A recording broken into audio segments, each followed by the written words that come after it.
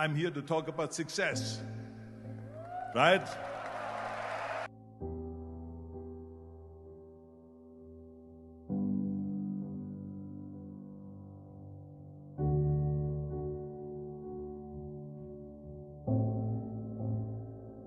The first rule of success is to have a vision. You see, if you don't have a vision of where you go, and if you don't have a goal where you go, you drift around and you never end up anywhere. It's like you can have the best ship in the world, you can have the best airplane in the world. If the pilot or the captain doesn't know where to go, it would just drift around. It would not end up anywhere, or most likely in the wrong place. So I was very fortunate that I stumbled on my vision. I mean, as you know, I was born in 1947 in Austria after the Second World War. And I didn't really like Austria when I grew up. I couldn't wait to get out of there. I couldn't see myself becoming a farmer or a worker in a factory or anything like that, even though my parents wanted me to stay there and have a normal life. My father wanted me to become a police officer like he was. My mother wanted me just to stay there and marry a girl with the name of Heidi, hopefully, and have a bunch of kids and run around like the Van Trapp family in The Sound of Music. But that was their vision, not mine. My vision was totally different. I felt that I was born for something special, for something unique, for something big. Do you know how great it felt that I knew where I was going? Imagine the majority of people don't know where they're going. When you have a goal, when you have a vision, everything becomes easy. Because remember that in America, for instance, when you study, you will see the percentage of people that like their jobs. 74% hate their job in America. Now, there is not much different when you come to Europe. The majority of people don't like what they're doing because they're really not doing it because they didn't have a goal and they followed this goal. They just aimlessly drift around, and then all of a sudden there's a job opening, so they get that job because you have to work. But then when you work, it's a chore. It's work. It's not fun. So if you think about, only a quarter of the people really enjoy what they're doing in life. That is unbelievable if you think about it. So I felt so blessed that I knew what I was doing. It's like a medical student that studies and knows he wants to become a doctor. You know where to go. So I knew where to go. So people always ask me, when they saw me in the gym in the pumping iron days, they say, why is it that you're working out so hard? 5 hours a day, 6 hours a day, and you have always a smile on your face. The others are working out just as hard as you do, and they look sour in the face. Why is that? And I told people all the time, I said, because to me, I'm shooting for a goal. In front of me is the Mr. Universe title.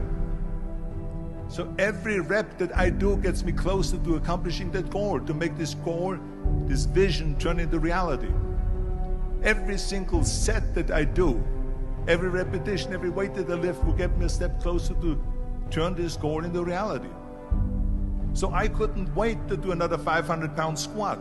I couldn't wait to do another 500-pound bench press. I couldn't wait to do another 2,000 reps of sit-ups. I couldn't wait for the next exercise, for the next half hour of posing and all the kind of things that you have to do to be a champion. And with the age of 20, I went to London and I won the Mr. Universe contest as the youngest Mr. Universe ever. And it was because I had a goal.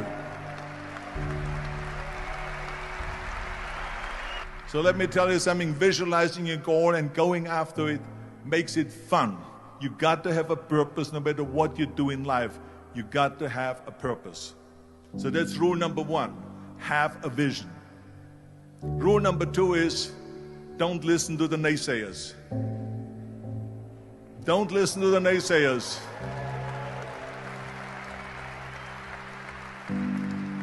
Everything I ever did, the thing that I heard out of people's mouth was, that's impossible. that can't be done or no. So whenever someone said to me, it can't be done, I heard it can be done. When they said no, I heard yes. And when they said it's impossible, I heard it is possible. I'm a strong believer of what Nelson Mandela said, that everything is always impossible until someone does it. Well, I'm going to be the one, I said to myself, I'm going to do it and I'm going to show it to them. Maybe it has never been done before. That's perfectly fine with me. But I'm going to do it. And I did not listen to the naysayers. The next thing, the third point that I'm going to make to you is, before we sit down with Jürgen and talk about the rest of the three, is work your ass off. There is no magic pill. There is no magic out there. You cannot get around. You have to work and work and work. And it drives me crazy when people say they don't have enough time to go to the gym for 45 minutes a day and work out. Or to do something for 45 minutes to an hour a day to improve. If it is physically improve or if it is mentally to improve. Imagine you read 1 hour a day about history. How much you will learn after 365 hours in 1 year. Think about if you study about the history of musicians, of composers, how much you would know. Imagine if you would work on a business, on some business that you want to develop every day for an hour. Imagine how further along you will go and get.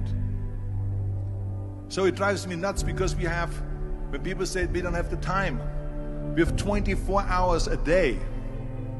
We sleep 6 hours a day, so that gives you still 18 hours. Now there's someone shaking their head out here in front. They say probably, I don't sleep 6 hours, I sleep 8 hours, right? Or just sleep faster.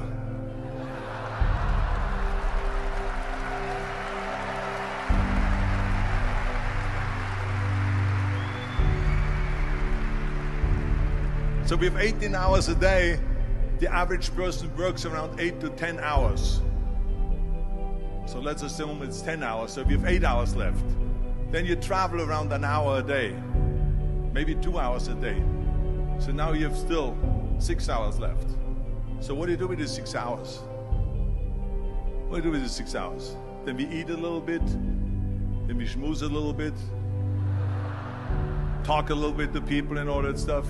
But you can see how much time there is available if you organize your day. So you got to work hard.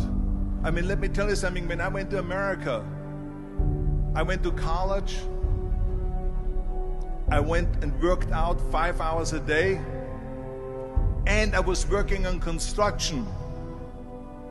Because in those days in bodybuilding, there was no money. I didn't have the money for food supplements or anything. So I had to go to work. So I worked on construction. I went to college. I worked out in the gym, and at night from 8 o'clock at night to 12 midnight, I went to acting class 4 times a week. So I did all of that. There was not one single minute that I wasted.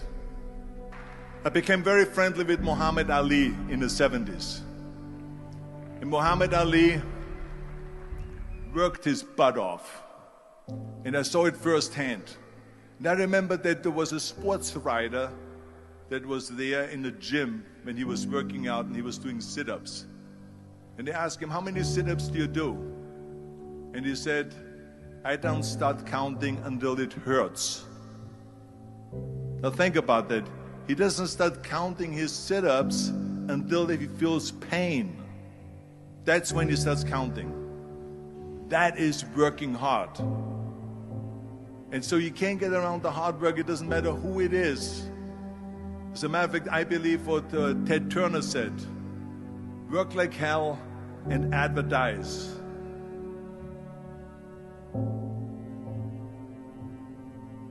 You get it?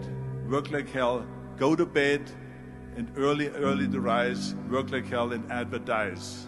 So you work your ass off, and then you let the world know about your work. That's what it is all about. Let people know. If you have a company, if you have a movie, if you do a sports, work your ass off, but then advertise and let everyone know. I hate Plan B. And I tell you why. Because we have so many doubters, as I've said earlier, the no-sayers. We have so many of those people that say no, and you can't do it, it's impossible. That is okay, because we just turn off, as I said earlier, and we listen and we hear the no being a yes. You can't do it, you can do it, and all of that. So that is possible to do that amongst all the negative people around you. But when you start doubting yourself, that's very dangerous. Because now what you're basically saying is that if my plan doesn't work, I have a fallback plan. I have a plan B. And that means that you start thinking about plan B, and every thought that you put into plan B, you're taking away now that thought and that energy from plan A.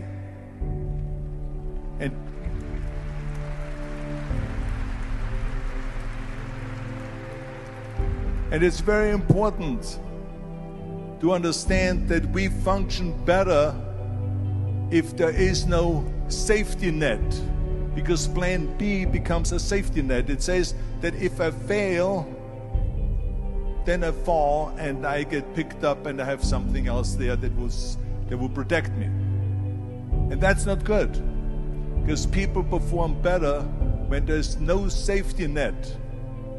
People perform better in sports and everything else if you don't have a plan B. To me, it is very dangerous to have a plan B, because you're cutting yourself off from the chance of really succeeding. And the reason, one of the main reasons why people want to have a plan B is because they are worried about failing. What is if I fail, then I don't have anything else? Well, let me tell you something. Don't be afraid of failing, because there's nothing wrong with failing. You have to fail in order to climb that ladder. There's no one that doesn't fail. We all fail. It's okay.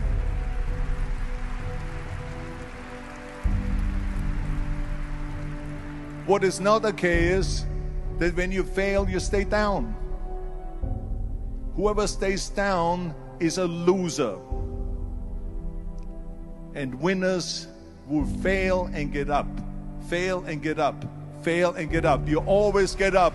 That is a winner. That is a winner. Hey, we all lose.